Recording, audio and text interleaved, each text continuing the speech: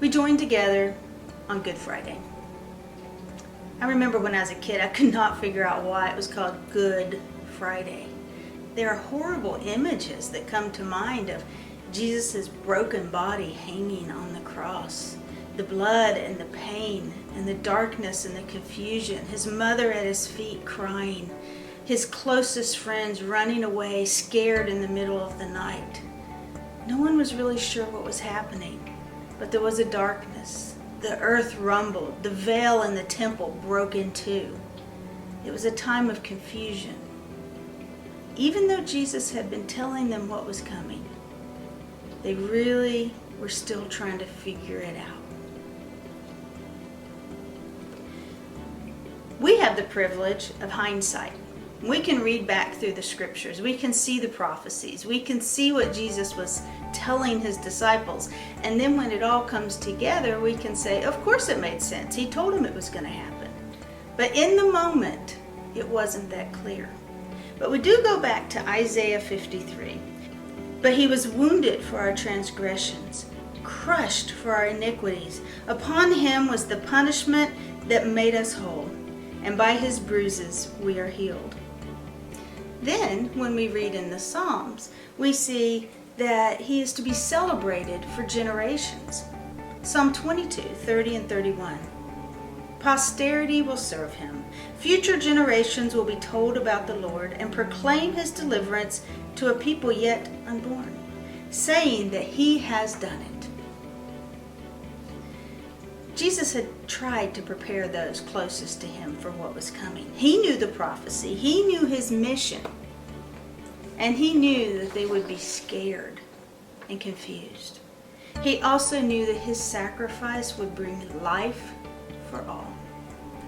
He tried to warn them in the Garden of Gethsemane, but when the moment came, they ran. In Matthew 26, 56, it says, "But all has taken place, so the scriptures of the prophets may be fulfilled." And all the disciples deserted him and fled. After his arrest, he stood in the midst of his accusers. They were angry, and they finally thought they had found their chance to get rid of this Jesus. But again, he was pointing toward the future.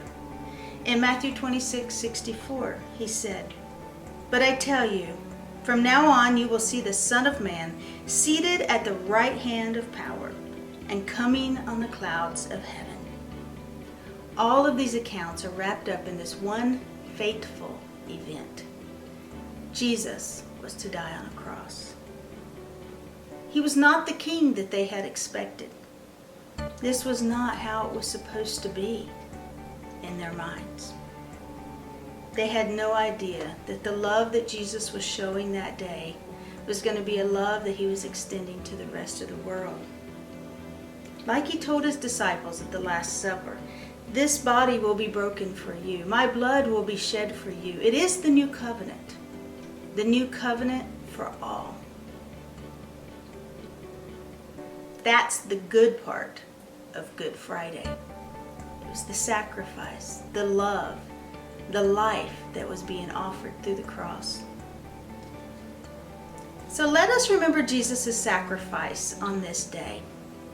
Let us retreat into a quiet and somber space and recall these events. Respectfully observe the moment. And let us look forward to the celebration that's going to come just in a few days on Easter morning. The light is going to break through the darkness, and we're going to celebrate the risen King on Easter morning. This is the most holy of moments. This is the reason we rejoice. So in this season, let's praise God. Let's remember what he's done for us. And let's hold on to the hope he's given us for now and the future.